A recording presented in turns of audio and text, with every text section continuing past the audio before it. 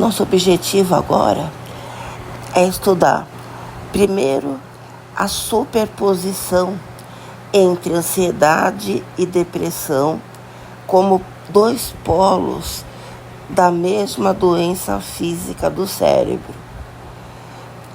Depois, o tratamento dessas duas condições. E aproveitando que estamos falando de ansiedade, de ansiolíticos, vamos também dar uma olhada nos hipnóticos, nas drogas indutoras do sono, porque o maior grupo de hipnóticos que nós temos hoje em dia são os benzodiazepínicos, que também são o maior grupo de ansiolíticos.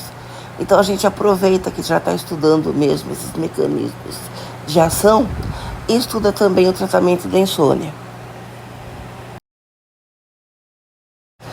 Começando então pelos antidepressores.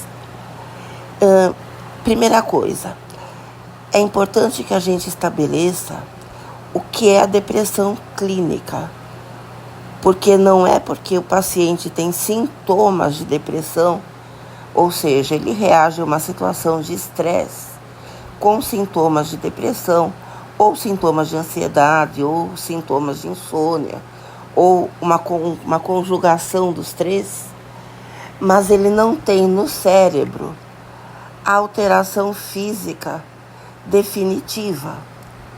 Ou seja, ele não traz com ele a predisposição genética a essas doenças.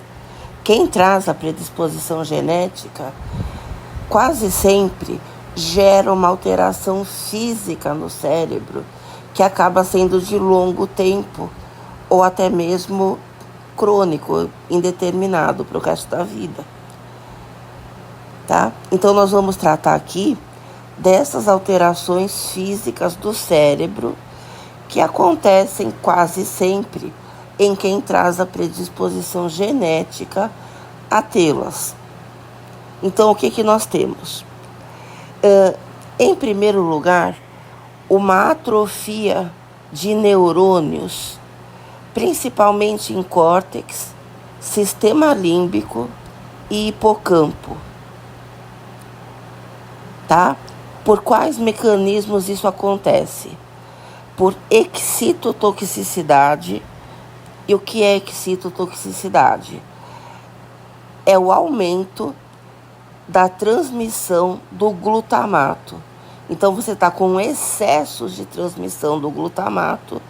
Isso desencadeia alterações dentro dos neurônios que levam à atrofia e depois até à apoptose, à morte neuronal, que é também um dos mecanismos de instalação de doenças degenerativas.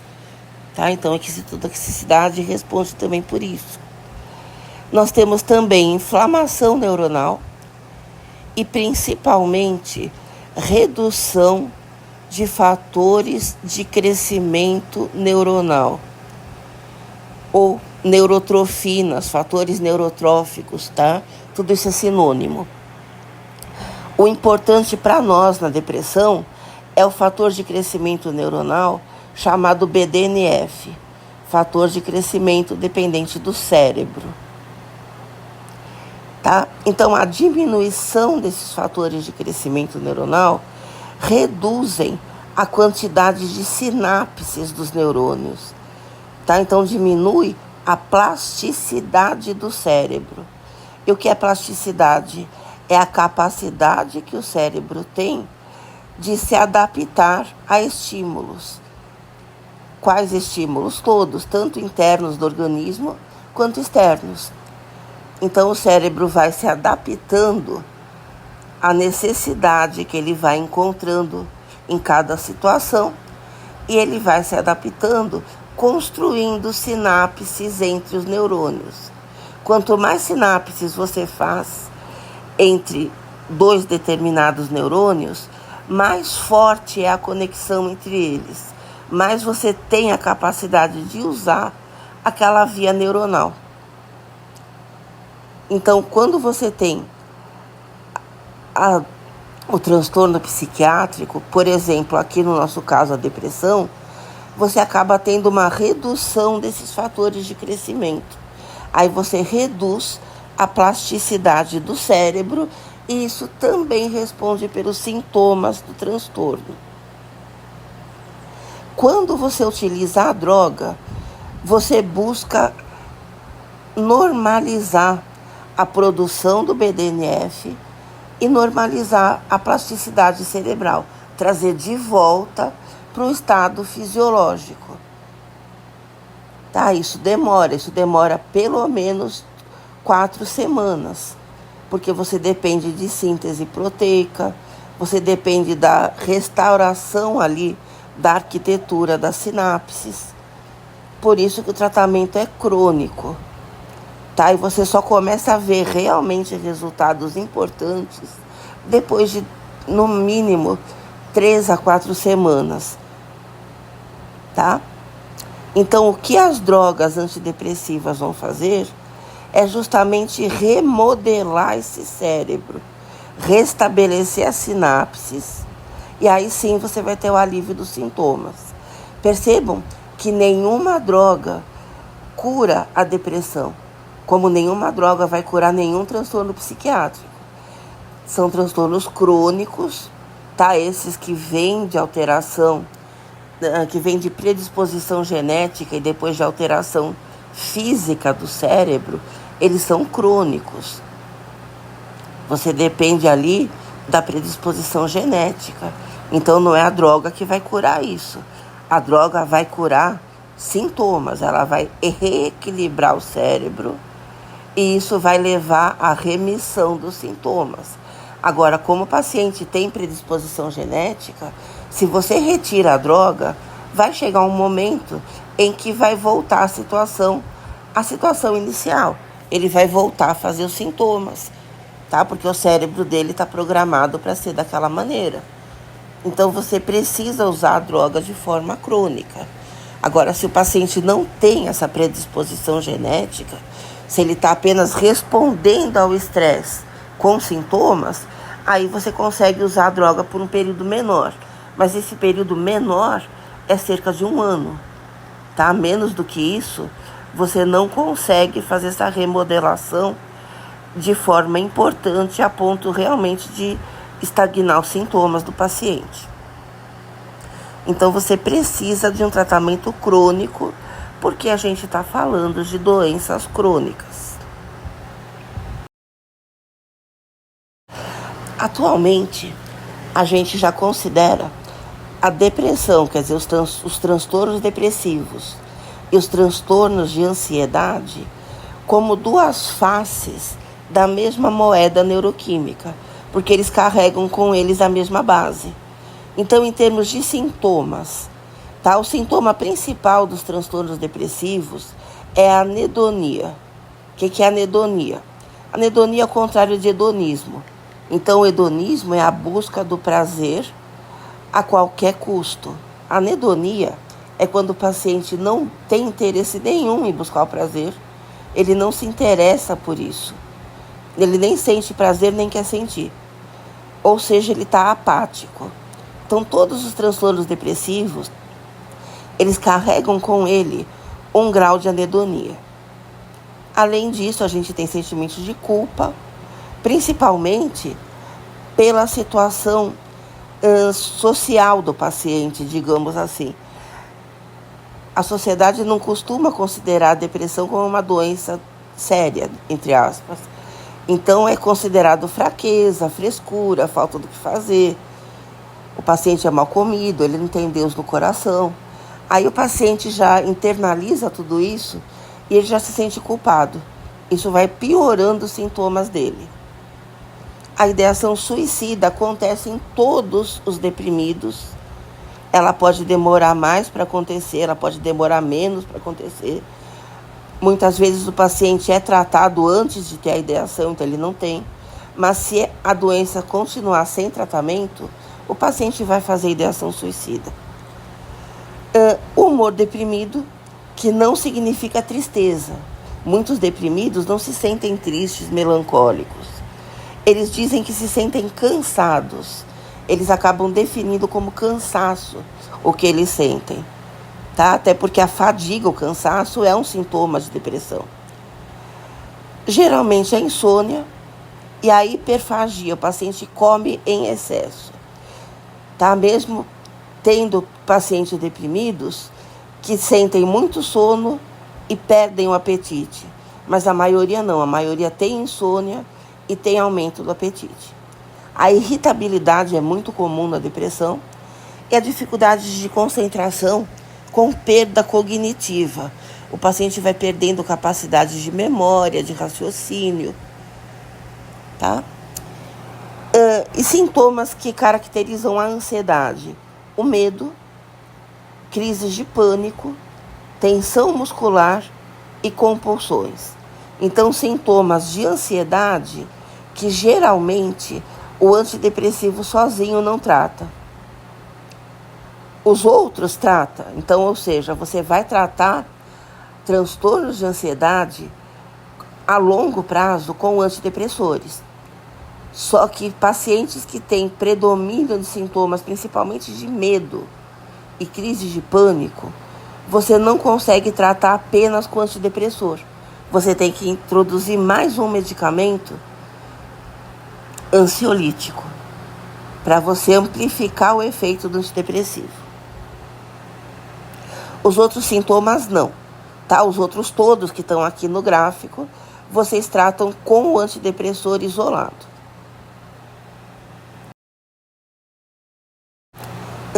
A depressão clínica, tá? O transtorno depressivo maior, que é a depressão, ela é chamada também de depressão maior, depressão endógeno reativa, depressão profunda, tá? É tudo TDM, transtorno depressivo maior. Tá? É a doença clássica, então a gente acaba falando mais dela, mas todos os transtornos de depressão, inclusive aqueles que são considerados mistos de depressão e ansiedade, como toque, estresse pós-traumático, bulimia nervosa, fobias. Então a gente tem também a mesma base estrutural. Então a gente acaba falando de TDM, mas acaba também por englobar todos os outros transtornos de depressão.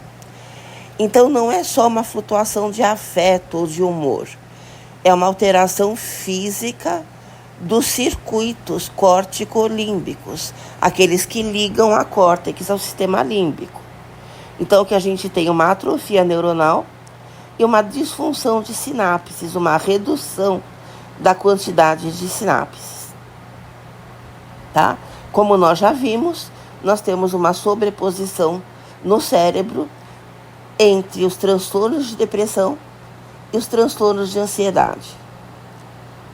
Por isso que a gente trata ambos com as mesmas drogas, ou seja, os antidepressores, exceto quando o paciente tem sintomas baseados no medo. Aí a gente tem que associar outras drogas ansiolíticas. Então vamos dar uma olhada no nível neuronal, o que acontece. Quem explica isso, quem começou a explicar o que acontece no nível neuronal, foi a teoria monoaminérgica das depressões, lá da década de 1970. E o que diz essa teoria?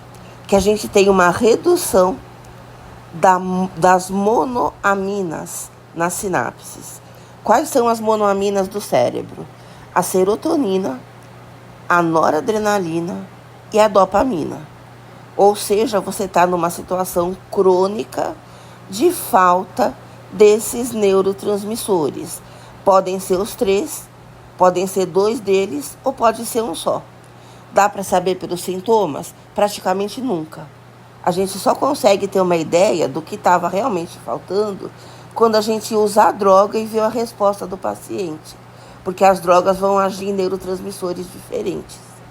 Alguns só em serotonina, outros nos 3, outros em serotonina e nor, outros em nor e dopamina. Então aí a gente tem uma ideia do que realmente estava com déficit. A maior parte dos transtornos de depressão e ansiedade se baseiam em falta da serotonina.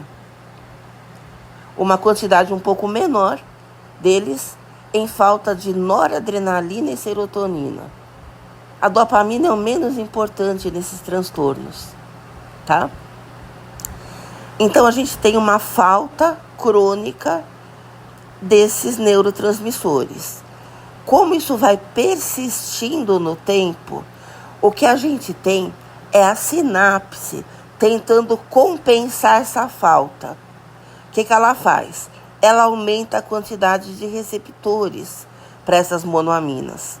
O nome disso é up-regulation, ou regulação para mais, ou supra-regulação, ou supersensibilidade, tá?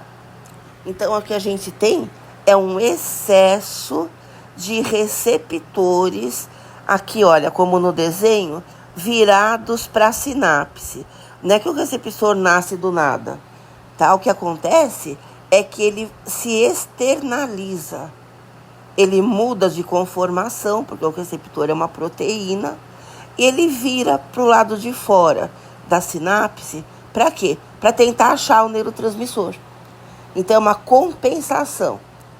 Essa up-regulation, como você está alterando a conformação da proteína, o formato dela, isso altera todo o metabolismo do neurônio e altera a síntese proteica.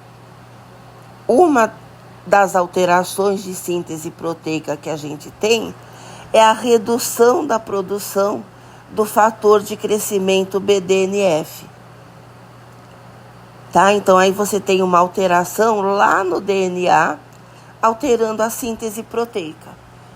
Então, você reduz o BDNF, você modifica a produção de enzimas, de proteínas estruturais do neurônio, e aí você está alterando a estrutura física do neurônio, e com isso você está alterando também o funcionamento dele. Isso que leva aos sintomas da depressão.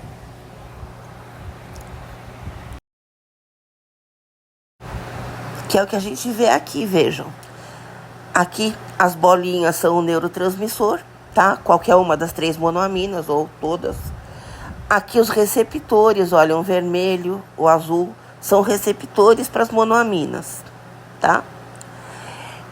Na depressão você está com excesso de receptores. Isso vai levar a uma alteração bioquímica aqui no citoplasma do neurônio.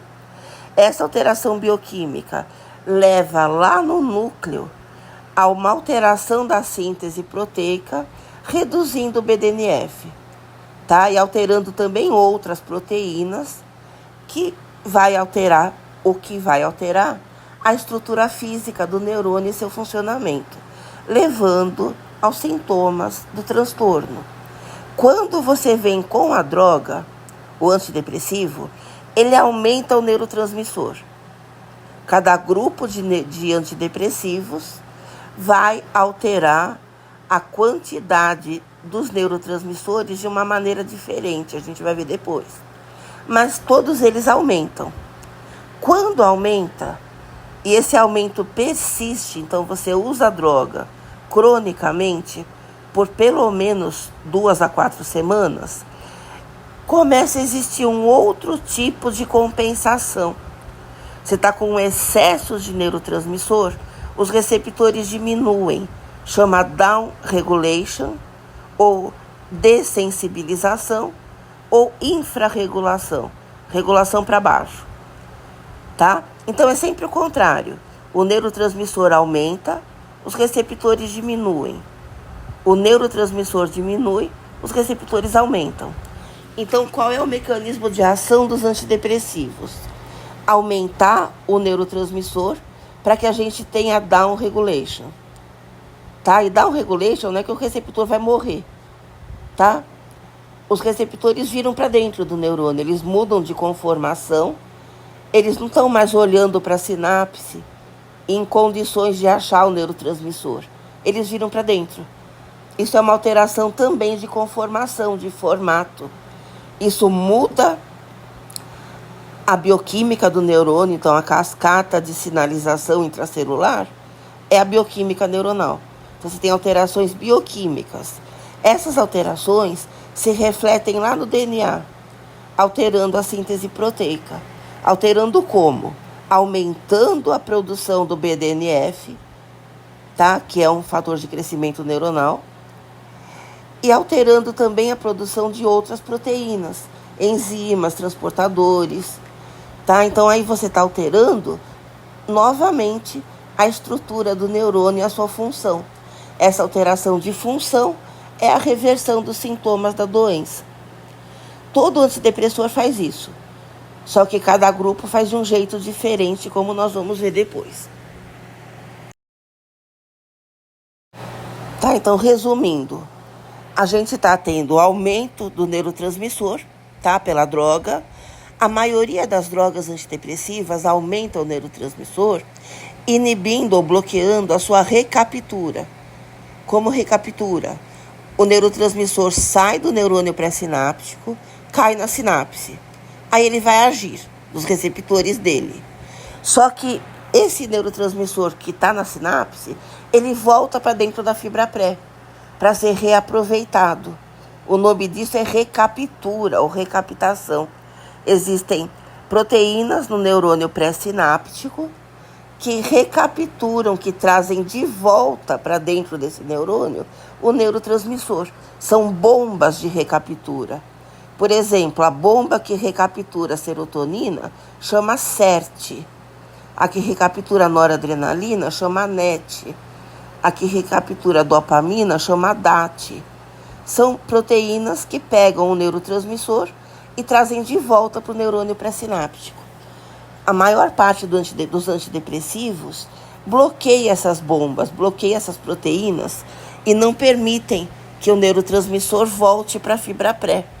Ou seja, ele fica retido na sinapse e isso é um aumento de concentração. Ele está aumentado na sinapse porque ele não volta para dentro da fibra pré. Isso vai levar a uma down regulation, uma diminuição dos receptores virados para fora. Isso, depois de cerca de 4 semanas, leva a uma alteração de síntese proteica, que vai aumentar o fator de crescimento neuronal, BDNF, tá? Levando a um aumento de sinapses e, dentro de limites, a produção de novos neurônios. Isso é pouco, tá? A gente produz pouco neurônio novo, mas produz. O que a gente mais produz são sinapses novas. Então, isso repara, isso retoma a nossa plasticidade cerebral, a capacidade do cérebro se adaptar aos estímulos, criando sinapses novas e reforçando vias de neurotransmissão. Por isso que o antidepressivo demora cerca de 4 semanas para você ver um efeito pleno dele. Porque você leva semanas para você ter aquele remodelamento das sinapses, tá? Da arquitetura neuronal dentro do cérebro. Porque você depende de síntese proteica. A adaptação dos receptores, a down regulation, demora dias, tá? Cerca de 15 dias você já tem uma down regulation importante. Só que a síntese proteica alterada demora pelo menos 4 semanas para acontecer. Então vamos ver os diversos grupos de drogas antidepressoras que nós temos na terapêutica. Tá? Como eu falei para vocês, todas elas vão aumentar as monoaminas, só que por mecanismos diferentes e monoaminas diferentes. Então nós temos 4 grandes grupos. Primeiro, drogas que vão aumentar a serotonina, tá? A gente tem SSRI ou ISRS em português, inibidores seletivos da recaptura da serotonina. E a gente tem os SARES, inibidores da recaptura da serotonina e a de antagonista de receptores. Então vejam as siglas, ó. S é serotonina. RI é inibidor de recaptura. D é dopamina, N é noradrenalina, A é antagonista. Tá? É uma legenda que a gente usa. Então, SSRI ou ISRS em português, inibem a recaptura da serotonina, ou seja, aumentam a serotonina. A maior parte dos transtornos depressivos responde a essas drogas. Só que algumas não respondem totalmente, ainda sobram sintomas. Provavelmente porque aquela doença, aqueles sintomas daquele paciente não se baseiam só em serotonina. Você tem que alterar outros neurotransmissores também. Ou noradrenalina, ou dopamina, ou todos. Tá? E o SARI? O SARI faz a mesma coisa. Ele aumenta a serotonina. Só que ao mesmo tempo, ele bloqueia receptores pós-sinápticos da serotonina. Por que que isso é importante? Porque em alguns pacientes, a gente vai ter persistentemente um efeito adverso importante, que é a disfunção sexual, acompanhada de ansiedade. Apesar dessas drogas serem ansiolíticas, elas reduzem a ansiedade. Nesses pacientes mais sensíveis à serotonina, a ansiedade vai aumentando e ela não reverte. Isso se acompanha de disfunção sexual, principalmente anorgasmia, incapacidade de se atingir orgasmos. Então, nesses pacientes, você precisa bloquear os receptores pós-sinápticos de serotonina, porque são eles que estão interagindo com serotonina, tá? Na maioria dos pacientes não se percebe essa interação, mas nesses mais sensíveis, aí eles percebem com esses sintomas.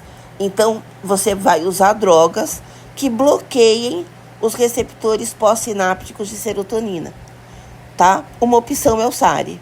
Outra opção é um grupo chamado NASA, que a gente vai ver depois, que aumenta a liberação das 3 monoaminas. Então, aumenta a liberação de serotonina, dopamina e noradrenalina, e ao mesmo tempo bloqueia os receptores de serotonina pós-sinápticos.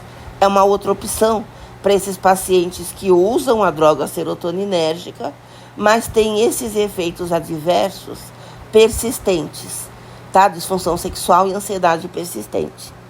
Então, você substitui o SSRI, a droga serotoninérgica, tá? ISRS, ou pelo SARI ou pelo NASA, tá? Mas a gente vai discutir isso depois mais uma vez.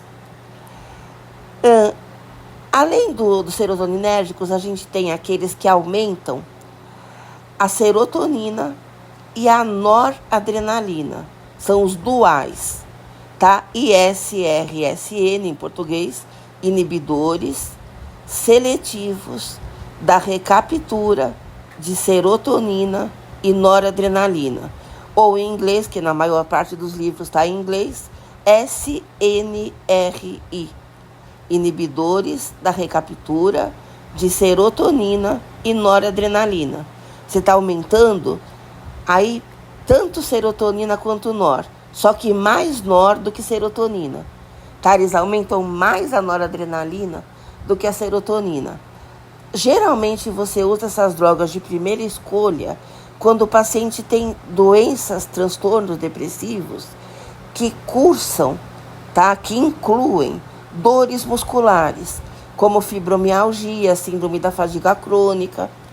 E você usa também em pacientes que se queixam de muita apatia, de excesso de apatia. Então, perda de energia. Tá? Então, você pode usar essas drogas. Se bem que no paciente apático, a maior parte dos psiquiatras usam as drogas serotoninérgicas.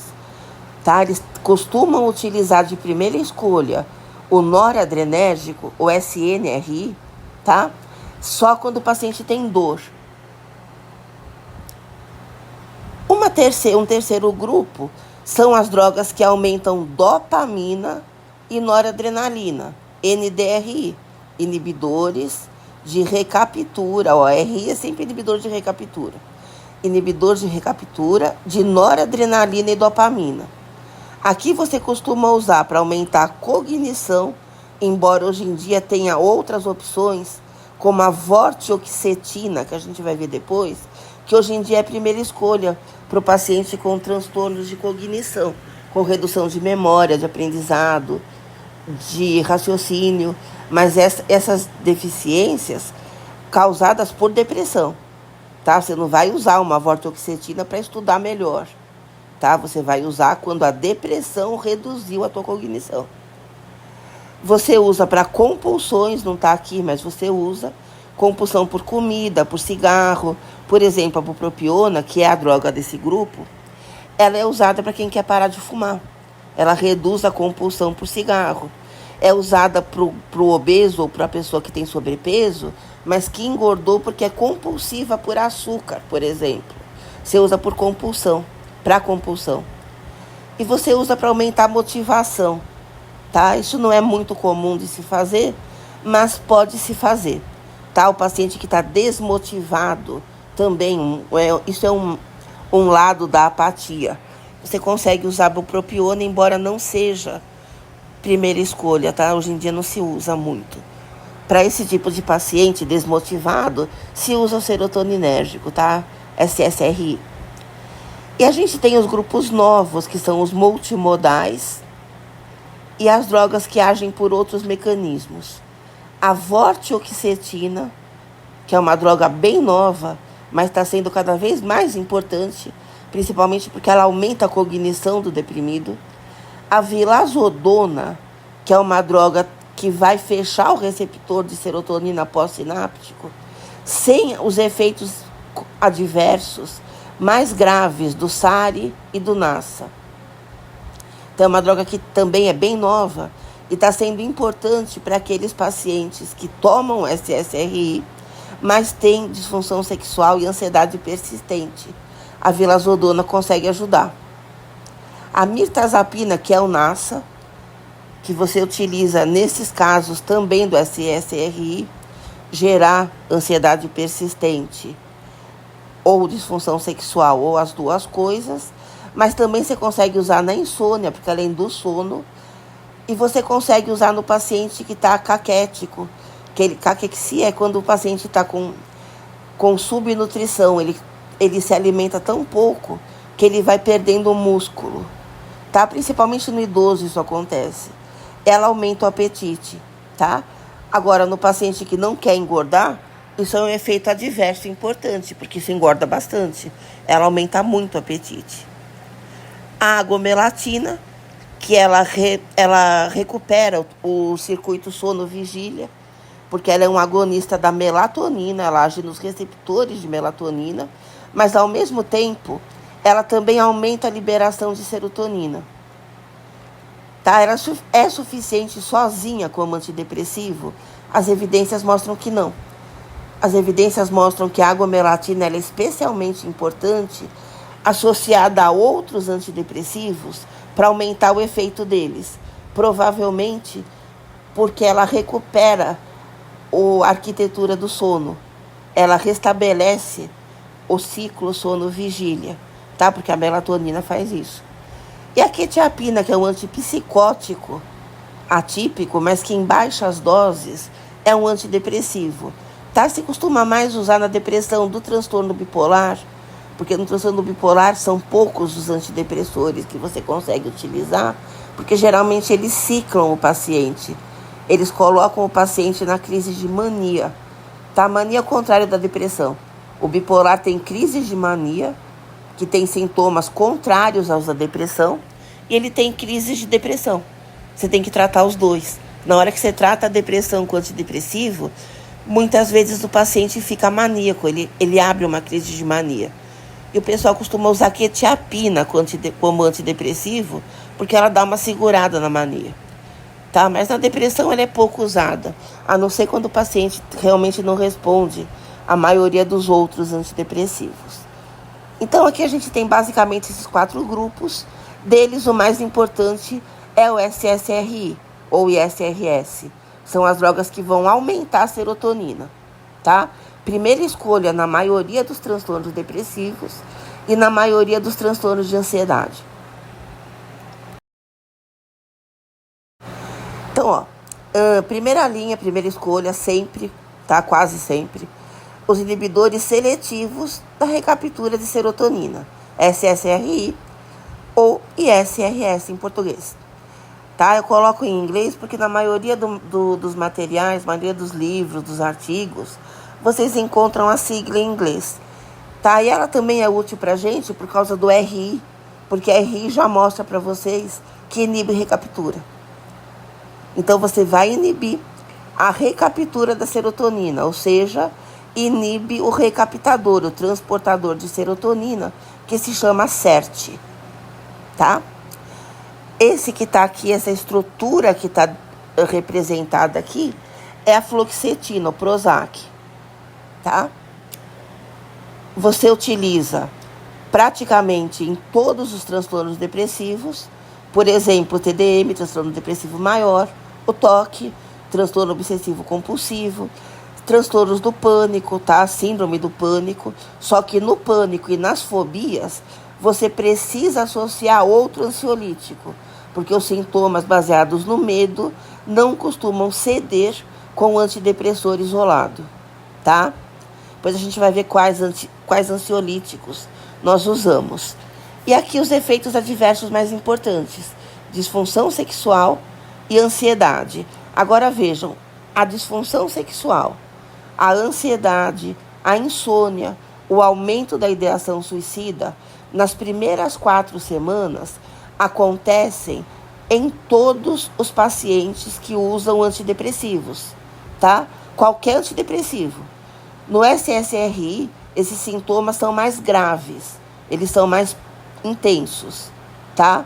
Só que esses sintomas devem terminar, eles devem cessar no máximo em 4 semanas, tá? E se eles não cessam, você provavelmente vai ter que trocar o SSRI por algum medicamento, tá? Que além de aumentar a serotonina, bloqueie o receptor pós-sináptico de serotonina, porque são aqueles pacientes mais sensíveis à serotonina que acabam tendo esses sintomas e percebendo eles, porque a serotonina age nos receptores pós-sinápticos, tá?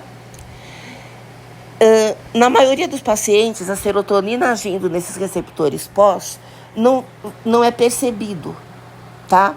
Quando você instala down regulation, que é o que você quer, tá? O que você quer é aqui aumentar a serotonina para reduzir os receptores, para fazer down regulation.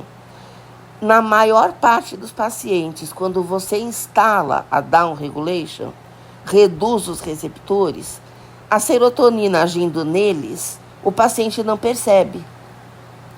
Em alguns mais sensíveis, aparecem esses sintomas.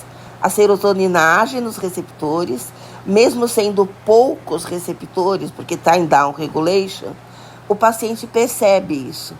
E aí você vê esses sintomas permanentes.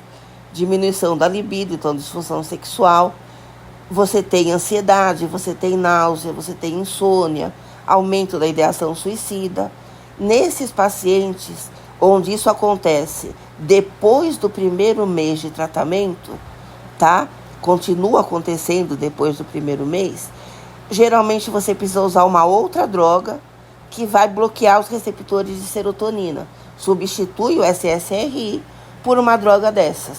Ou o SARI, ou o NASA, ou a vilozodona, tá? Você consegue bloquear os receptores da serotonina pós. Agora, nos pacientes que não são sensíveis à serotonina, nos outros, esses sintomas vão acontecer no primeiro mês de tratamento. Isso chama ativação. É quando o paciente fala, eu estou tomando o medicamento e eu estou piorando. Ele acha que ele está se sentindo pior, porque esses sintomas acabam se sobrepondo aos sintomas do transtorno dele, tanto de depressão quanto de ansiedade. Quanto mais sintomas de ansiedade o paciente tem na doença dele, pior ele vai se sentir no primeiro mês. Isso é chamado ativação, tá? E o mecanismo disso a gente vai ver agora. Então, o que vai acontecer com a droga? Vamos começar lembrando da depressão. Tá? Dentro do cérebro, como que os sintomas da depressão se estabelecem. a gente tem uma redução de neurotransmissores, tá? Das monoaminas. Isso persiste no tempo, isso é crônico. Isso leva a um aumento de receptores, uma up regulation, tá? O neurotransmissor diminui, os receptores aumentam, é sempre o contrário, up regulation. Então, se o paciente está com sintomas de depressão, de ansiedade ou dos dois, você está com muito receptor para as monoaminas, tá? Aí você começa a tratar. O que a droga faz? A droga aumenta as monoaminas. Para fazer o quê? Para reduzir o receptor, tá? Então, você está usando a droga para aumentar o neurotransmissor, porque com isso você quer reduzir os receptores. Você quer fazer down regulation. Só que a down regulation demora de 2 a 4 semanas para acontecer. Ou seja, nessas primeiras 2 a 4 semanas, você está com muito receptor por causa da doença. E você passa a ter muito neurotransmissor por causa da droga. Aí você tem esse muito neurotransmissor agindo nesses muitos receptores. Isso leva aos sintomas da ativação. Então, ansiedade, insônia, agitação, ideação suicida, disfunção sexual, náusea, tá? Isso acontece nas 2 a 4 primeiras semanas de tratamento. Acontece em todos os pacientes, acontece. Quanto mais ansioso ele está por causa da doença, quanto mais sintomas de ansiedade ele tem, pior ele se sente com a ativação, tá? Isso pode gerar a necessidade de você usar um ansiolítico agudo nessas primeiras semanas, que a gente vai ver na segunda parte da aula quais são. Drogas que agem imediatamente, drogas agudas, que não precisam de down regulation para atuar, tá? Na maior parte dos pacientes, quando você tem lá pela 4ª semana a down regulation já instalada de forma importante, então os receptores estão reduzidos, a serotonina vai continuar agindo neles, só que a maior parte dos pacientes não vai perceber mais. Então esses sintomas da ativação vão cessar, tá? Só que em alguns mais sensíveis eles continuam. E é nesses que pode ser importante substituir o antidepressivo por algum que bloqueie o receptor pós de serotonina, tá? Então você substitui por Nasta, por Sari, por Vilazodona. Na verdade, a Vilazodona é um Sari também, tá? Ela inibe recaptura de serotonina e bloqueia o receptor pós, tá? Mas ela é considerada hoje em dia multimodal, porque é uma droga muito nova. Ela está lá no grupo dos multimodais. Mas, de qualquer maneira, vai fechar o receptor pós da serotonina, tá? A ativação, ela é mais grave quando o paciente usa drogas que aumentam serotonina, porque os sintomas da ativação são principalmente serotoninérgicos, tá? Mas acontece com todos os antidepressores, até porque todos eles vão aumentar um pouquinho a serotonina.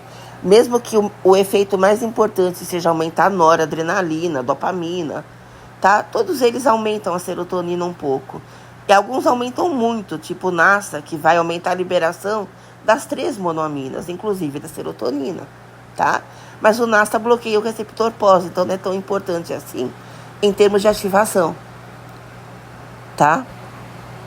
Mas isso é importante que o paciente saiba que vai acontecer com ele e que ele saiba por que está acontecendo. Porque senão ele vai ficar mais ansioso ainda, porque ele acha que ele está piorando, e a doença dele vai piorando mais ainda, ele vai aprofundando os sintomas. Então ele tem que saber. E nesses pacientes que estão sofrendo mais, pode ser importante usar um ansiolítico agudo nessas primeiras 4 semanas. Aí você vai desmamando o ansiolítico, vai tirando e vai deixando só o antidepressivo. Porque o antidepressivo, ele reverte a ansiedade. Ele não reverte o medo, mas a ansiedade sim.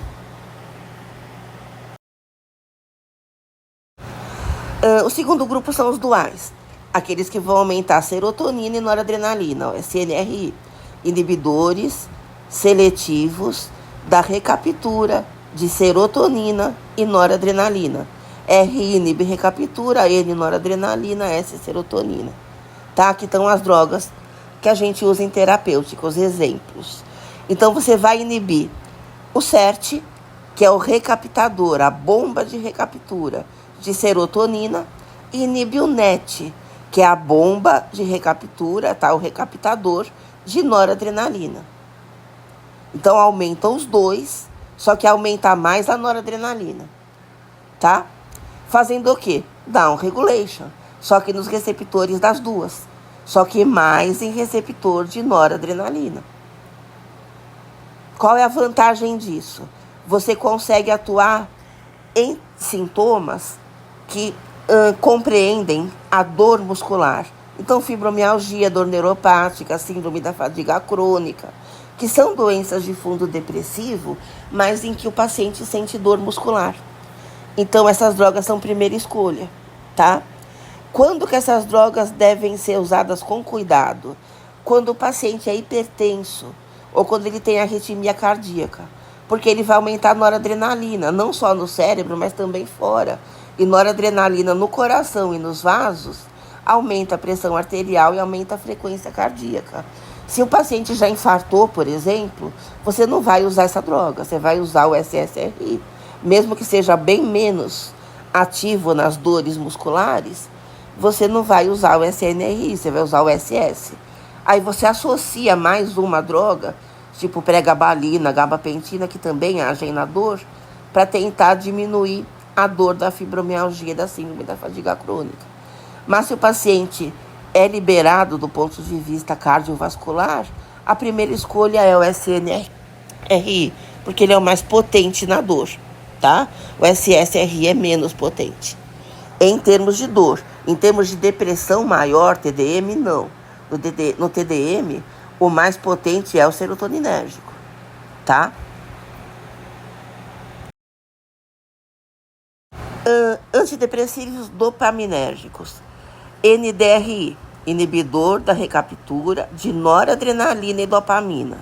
Nesse caso, mais dopamina do que noradrenalina. Em depressão, não é muito útil, porque na depressão a dopamina é o menos importante. Mas é importante em compulsões, tá? Principalmente por cigarro e por comida, tá? Dá para usar a bupropiona, que é o NDRI que a gente tem na terapêutica, no TDAH, transtorno do déficit da atenção com hiperatividade, porque ajuda o paciente a focar, tá? A fazer o foco direcionando a atenção para um estímulo só, tá? Então se usa ele, geralmente associado com drogas do tipo que a gente chama NRI, que aumentam só a noradrenalina. Então você usa uma droga que aumenta a dopamina e uma que aumenta só a nor. Porque no TDAH é importante aumentar esses dois, dopamina e nor. Como a bupropiona, tá? O NDRI aumenta menos a noradrenalina, se costuma associar outro que aumenta só a nor, tipo NDRI, a tomoxetina, por exemplo, tá? O atenta.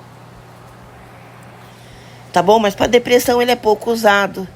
Tá? Dá para usar em depressão com apatia, geralmente você associa com SSRI, mas não é a melhor ideia, tá? Isso é bem pouco usado. Ela não causa disfunção sexual, mas ela pode causar convulsões. Se o paciente já tem história de convulsões, é importante que ele use um anticonvulsivante junto, ou se ele já usa, aumentar a dose, tá? Isso se for realmente necessário que ele use a bupropiona.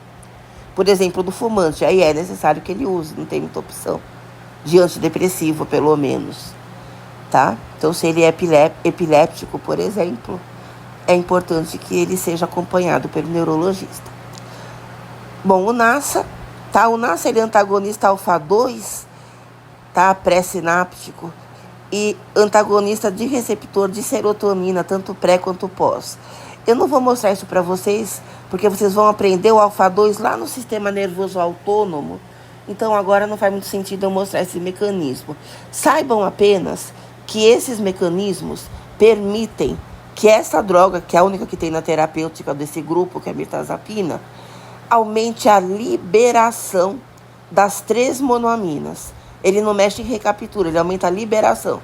E ao mesmo tempo bloqueia o receptor pós de serotonina. Então resolve aquela ativação persistente depois das 4 primeiras semanas, tá? Ele induz sono, é um sedativo, então dá para usar em insônia severa. E na falta de apetite, principalmente na caquexia, ou do idoso ou do paciente que está fazendo quimioterapia do câncer, por exemplo, tá? E tem depressão causada por isso, tá? Uma depressão reativa situacional, você consegue utilizar porque aumenta muito o apetite, tá? Nos pacientes que não estão com redução do apetite, isso aí é um efeito colateral, um efeito adverso. O paciente engorda muito e pode chegar até na síndrome metabólica, tem que tomar cuidado.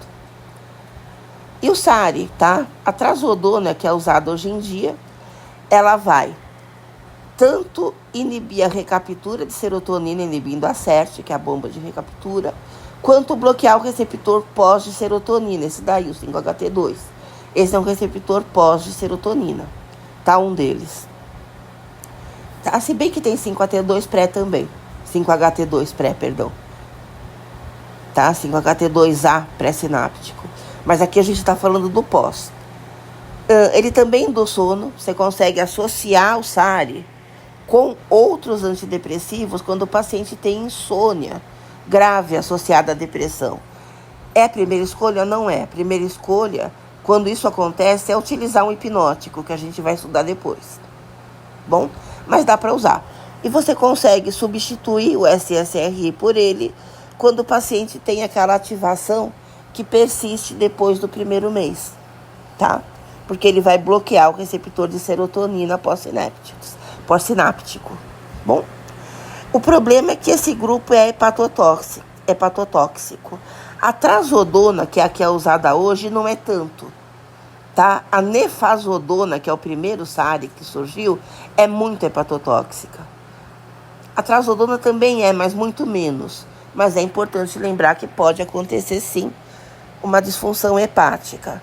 A vilazodona, que é uma droga bem nova, tá? Que é considerada dual, tem 2 efeitos, como essa daí também é dual, tá? Inibe o SERT e bloqueia o 5-HT2. Mas hoje em dia tem o grupo dos duais, um grupo novo. E a vilazodona está lá. Ela age desse mesmo jeito e as evidências mostram que ela é bem menos hepatotóxica. Então, hoje em dia, se você vai substituir o SSRI por um SARI, tá? Hoje em dia se recomenda a vilazodona. O problema é que ela é muito cara, porque ela é muito nova, tá? Mas ela tem vantagens. Aqui as drogas de primeira geração, tá? A velha guarda dos antidepressores, que hoje em dia são reservados para quando o paciente realmente não responde a mais nada. Nós temos os tricíclicos ou TCAs, que inibem a recaptura das 3 monoaminas. Inibem o SERT, que recaptura a serotonina, inibem o NET, que recaptura a noradrenalina, inibem o DAT, que recaptura a dopamina. Inibem os 3. Ou seja, você aumenta as 3 monoaminas. O problema aqui é que tem um efeito anticolinérgico importante. Essas drogas vão lá no receptor de acetilcolina e bloqueiam. Aí você tem arritmias cardíacas, queda de pressão arterial, principalmente postural, o paciente fica em pé, a pressão dele cai. Você tem secura da boca, zumbido nos ouvidos, alteração de visão. E você tem o efeito demenciante, tá? Porque efeito anticolinérgico central é um efeito demenciante. Se o paciente já é idoso, que já está no grau de senilidade, você não pode usar, tá? Ele é contraindicado em idosos, se bem que tem muitos clínicos que usam no idoso, que eles acham que para a avaliação risco-benefício ainda é vantajosa. Então, dor crônica de idoso eles costumam usar, principalmente porque na dor crônica e na prevenção de enxaqueca, a dose que você usa é menor do que a dose antidepressiva. Então eles acham que vale a pena arriscar uma piora da demência ou uma instalação de demência senil, tá? Mas assim, a diretriz contraindica. Se o paciente já tem Alzheimer ou está no começo do Alzheimer, aí não, tá? Aí contraindica mesmo, você não vai usar. Bom, e no cardiopata? No cardiopata, principalmente no idoso, é melhor não usar, porque essas drogas elas têm um efeito anticolinérgico importante que leva a uma arritmia cardíaca. E são drogas bem inseguras, tá? A dose letal é muito próxima da dose terapêutica. Então, se o paciente tenta o suicídio com overdose de tricíclicos, normalmente ele consegue morrer, tá? As outras drogas não. Essas que a gente acabou de ver todas já são mais seguras. O tricíclico não, tá? Então, assim, é complicado utilizar. Por isso que elas são realmente a última escolha. E os inibidores da MAO e MAO. O que é MAO? MAO é a enzima que metaboliza as 3 monoaminas. Então, você inibe a metabolização das 3, tá? É claro, aumenta a quantidade delas, porque você inibiu a metabolização. Como você está aumentando a noradrenalina, não só no cérebro, mas também fora, você tem como efeitos adversos importantes a crise de hipertensão, tá? Mais do que o inibidor de recaptura de noradrenalina, como o SNRI, por exemplo, bem mais. Esses daí aumentam muito mais a noradrenalina do que o inibidor de recaptura. Então, o risco de crise de hipertensão é alto, tá? Se o paciente já é hipertenso, você não vai usar. Se o paciente não é hipertenso, mas ele usa, e ele está comendo alimentos ou usando bebidas, está ingerindo bebidas, que tem uma amina chamada tiramina, por exemplo, queijos, principalmente queijo amarelo, vinhos, embutidos, tipo presunto, salame, essas coisas, tem muita tiramina, tá? E essa tiramina, ela vai competir com a noradrenalina no neurônio e ela vai expulsar a noradrenalina do neurônio. Então, aumenta ainda mais a noradrenalina. Como você está inibindo a MAO, você está inibindo a metabolização. Ou seja, você tem um pico de noradrenalina. Aí você consegue, sim, infartar um paciente que nem hipertenso era. Ou seja, se ele vai usar o inibidor da MAO, ele não pode ingerir nenhum alimento desses e nem vinho, tá? Teoricamente, nem cerveja, que também tem tiramina, embora menos que o vinho. Então, bebida fermentada, em geral, é contraindicada se ele vai usar inibidor da MAO. Tá, ó, o inibidor da MAO. A tranilcipromina é um exemplo. Tá? Tem a moclobemida, que é o mais moderno, que tem um pouquinho menos de efeito fora do cérebro, mas tem ainda bastante. Então, você vai usar só quando o paciente não reagiu a mais nada. Tanto o IMAL quanto o tricíclico. O tricíclico ainda é pior, ele é mais tóxico. Tá? A dose letal dele ainda é mais baixa. E os multimodais, que são os novos, tá?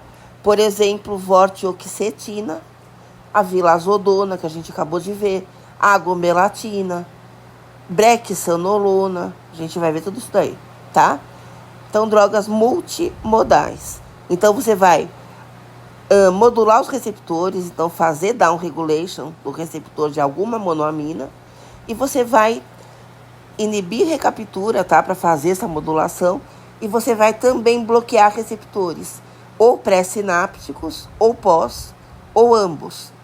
Tá? Você vai fazer um bloqueio de receptores ou um agonismo parcial, que é um bloqueio, mas não é um bloqueio completo, tá? Então, você age no receptor e age na recaptura. A vortioxetina, especificamente, ela melhora bastante a cognição. Mas, veja, ela é usada para melhorar a cognição quando a depressão ou a ansiedade pioraram a cognição. Você não vai usar no paciente que está estudando e quer estudar melhor, tá? Hoje em dia, pelo menos, não. Pode ser que existam algo daqui para frente, protocolos clínicos que tentem ver se essa droga é segura nesse tipo de uso, tá? Hoje em dia, não. É só no deprimido. Que mais que a gente tem? A gente tem a ketamina ou a esketamina, que é um derivado, tá? A ketamina, ela é um anestésico geral. E é uma droga de abuso, uma droga de balada. Ela é um alucinógeno, tá? No adulto, pelo menos. Em criança, não. Inclusive, a ketamina é um dos anestésicos gerais de escolha em criança, porque na criança ela não é alucinógena, tá? No adulto, sim. Mas ela também é utilizada na depressão. Por quê? Porque ela vai modular a via do glutamato. Então, ela vai fazer uma dissociação emocional e cognitiva. Então, ela vai dissociar uma resposta emocional. Ela vai tornar o paciente mais racional. Tá? O paciente consegue ficar mais empático, porque ele não vai ter o sofrimento emocional ali associado à situação. Tá? Além de ela modular o glutamato, ela também modula o GABA. Então, você consegue usar, tá? Numa modulação. Você só usa dentro do hospital ou dentro de consultórios que já estão equipados para o uso, com profissionais que saibam utilizar, tá? E o paciente vai sofrer o efeito, pelo menos o primeiro efeito, o pico de efeito, na presença do profissional. Isso é bem útil também para terapia. Então, o psicólogo está tratando o paciente quando o paciente está sob o efeito da ketamina. Então, ele fica mais receptivo à terapia. Mas o profissional tem que saber usar, tá? Hoje em dia é usado em depressão resistente, quando o paciente não respondeu a mais nada, tá? Mas está tendo resultados bem promissores. E a gente tem a brexanolona, que é um derivado de hormônios, da alopregnenolona, tá?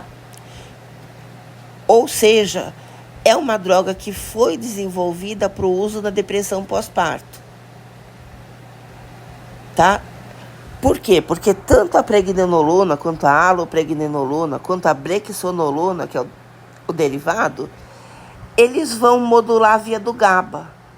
Além de ter o efeito hormonal que tem, tá? Também modula a via do GABA, reduzindo a ansiedade e os sintomas de depressão causados pela disfunção hormonal que acontece depois do parto. Não na psicose pós-parto, onde a paciente alucina, ouve vozes, tá? Mas na depressão, com sintomas realmente de desvalia, de anedonia, de melancolia, de ansiedade, de irritabilidade, de desespero. Aí dá para você utilizar, porque você modula o GABA. Só nisso, na terapêutica, sim. Mas tem um monte de ensaios clínicos com brexanolona em outras situações, em outros quadros, tanto de depressão quanto de ansiedade. E a vortioxetina, que você usa em redução de cognição.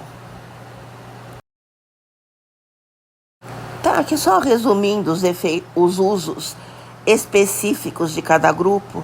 Então, compulsões por cigarro ou comida, o NDRI. Insônia associada à depressão, o SARI, tá? Porque ele é antagonista HT2A. Dá para usar a mirtazapina também, tá? Que é o NASA.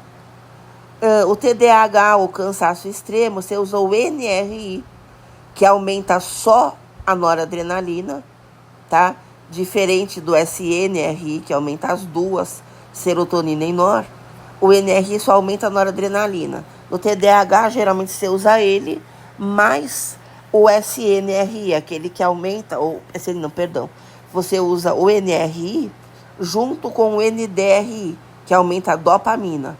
Então, você vai aumentar a noradrenalina com o NRI e vai aumentar a dopamina com o NDRI, tá? E o NDRI aumenta também um pouco da nor, só que ele aumenta muito mais a dopamina, tá?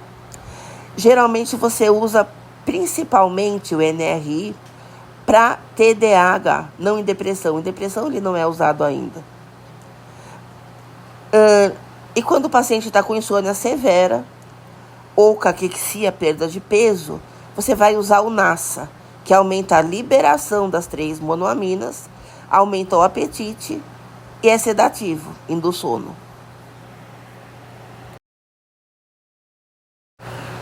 Tá, resumindo, então insônia ou anorexia, os dois, o NASA, tá? A mirtazapina é o NASA. Se ainda o paciente tem insônia, você associa o SARI com o NASA, tá? É o que se costuma fazer? Não. O que se costuma fazer é associar o hipnótico, que a gente vai ver depois, tá? Mas pode usar o SARI também. Se o paciente tem dor ou fadiga muscular associado à doença, então o sintoma predominante é dor ou cansaço muscular, ou os dois, você vai usar o SNRI. E SRSN, tá? É justamente SNRI em português, é a tradução.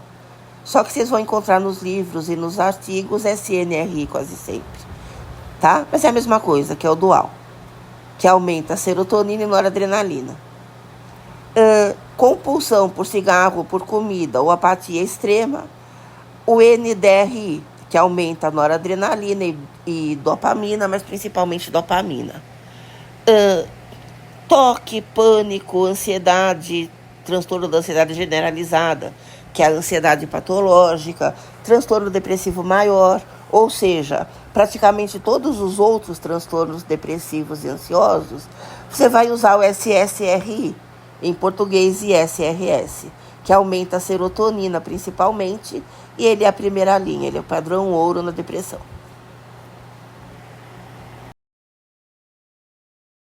Bom, o objetivo do tratamento, ele é a remissão. Vejam que essas doenças, como qualquer transtorno psiquiátrico, não tem cura, tá? Vejam que eu estou falando de transtornos psiquiátricos instalados clinicamente, aqueles que cursam com alteração física do cérebro, praticamente todos derivados de predisposição genética. Aqueles em que você trata os sintomas, quando você para o tratamento, na primeira situação de estresse, os sintomas voltam, tá? Nesse tipo de paciente, a gente quer a remissão, ou seja, o paciente sem sintomas, tá? Então, num primeiro momento, você tem a resposta. Quando você considera que o paciente respondeu? Quando ele tem cerca de 50% de remissão dos sintomas, tá? O paciente, ele tem uma reversão de cerca de metade dos sintomas, tá? Isso é a resposta terapêutica. Você se contenta com isso? Não. Então, se depois das primeiras 4 semanas de tratamento, ele teve uma resposta de apenas 50% de melhora, você normalmente precisa mudar a droga, tá? Alguns psiquiatras aumentam a dose, eles fazem um aumento de dose. Geralmente não adianta, tá? As evidências vêm mostrando que o que adianta é ou trocar de droga, usar uma droga de outro mecanismo de ação, ou uma droga do mesmo grupo, mas mais potente, tá? Ou associar mais um antidepressivo. Isso você faz até você conseguir a remissão, que é praticamente 100% de reversão de sintomas.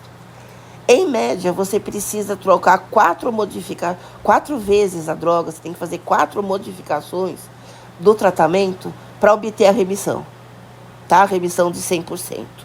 Mas tem droga para praticamente todo mundo. São pouquíssimos os pacientes que são refratários, que não respondem a nenhuma droga e nenhuma associação de drogas, tá? Então é o caso do psiquiatra ir tentando até conseguir.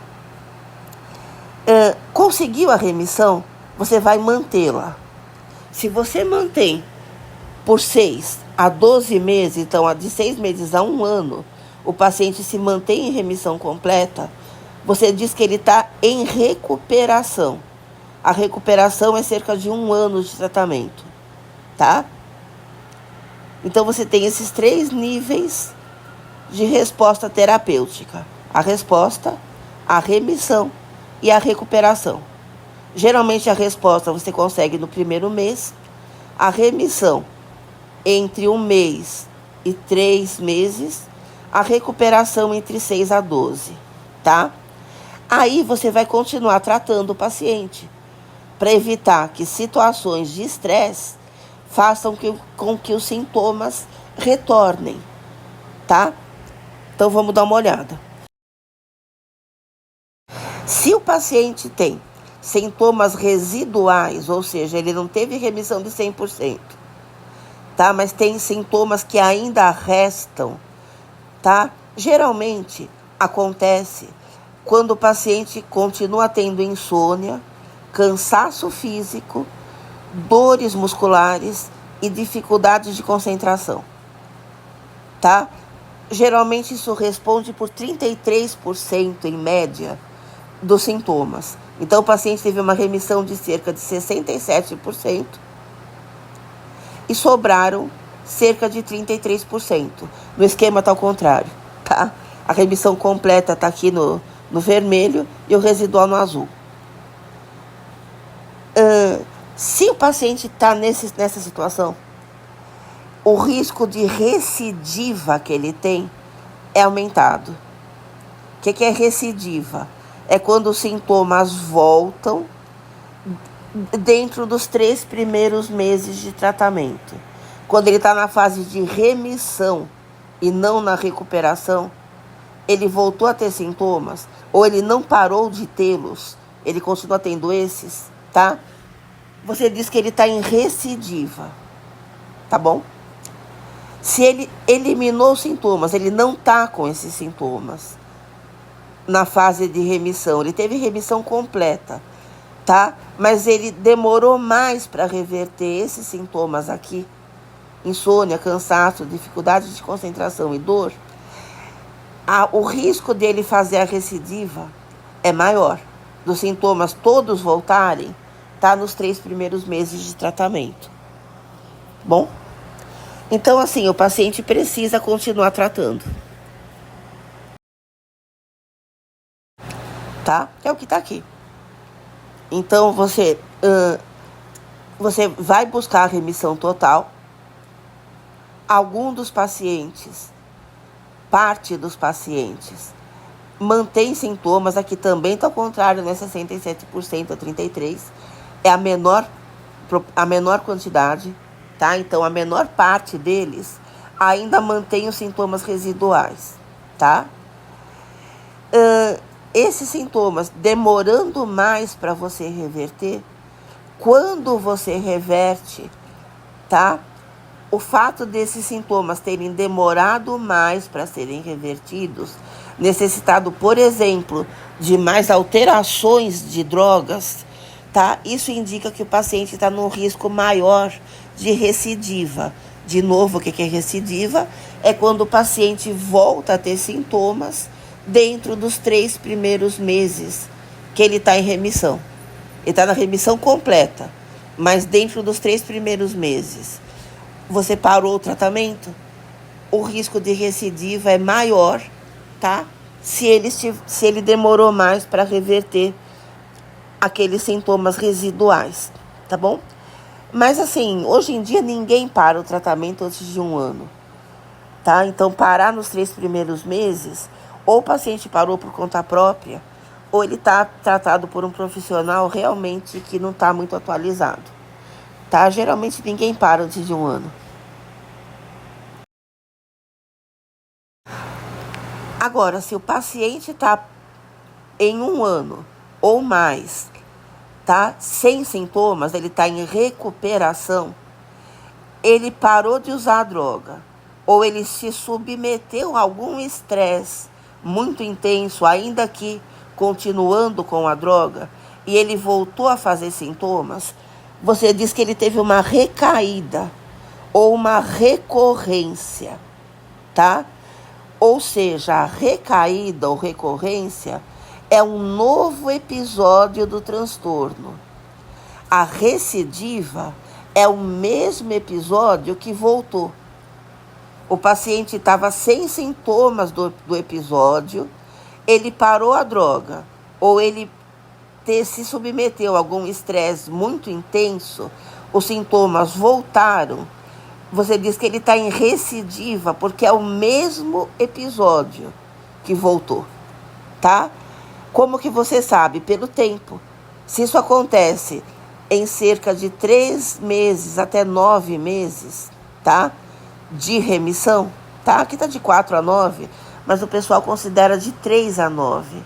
Então, do terceiro mês até o 9º mês de tratamento, o paciente está sem sintomas, mas ele se submeteu a estresse, ou ele parou o tratamento, os sintomas voltaram, você considera que é o mesmo episódio que voltou, o mesmo que ele tratou. E você diz que ele está em recidiva, tá? Ao contrário, se ele está 1 ano sem sintomas, e ele se submeteu a estresse ou parou de usar o medicamento e teve os sintomas de novo, você considera que é um outro episódio, não é o mesmo que voltou, é outro. Aí você diz que ele teve uma recaída ou uma recorrência, tá? De qualquer maneira, você precisa tratar outra vez. Por isso que geralmente o paciente é tratado por pelo menos 1 ano. E se o paciente teve de 3 episódios graves para mais, tá? De depressão ou de ansiedade, geralmente o psiquiatra não para mais de tratar, ele trata o paciente indefinidamente. Que aí ele prefere isso ao risco do paciente ficar fazendo novos episódios, tá? Porque cada novo episódio que o paciente faz é cognição que ele perde. Por quê? Porque ele está diminuindo a produção de fator de crescimento neuronal. Isso reduz a plasticidade, e a redução de plasticidade reduz cognição, tá? E reduz também a adaptação emocional, o paciente fica com mais dificuldade de controlar as emoções, sentimentos, de se organizar emocionalmente. Então, eles preferem não parar, tá? Se o paciente teve menos de 3 episódios, principalmente se não forem graves, eles costumam tratar entre 1 e 5 anos, dependendo da gravidade dos episódios que o paciente teve, tá? Isso para quê? Para prevenir novas crises.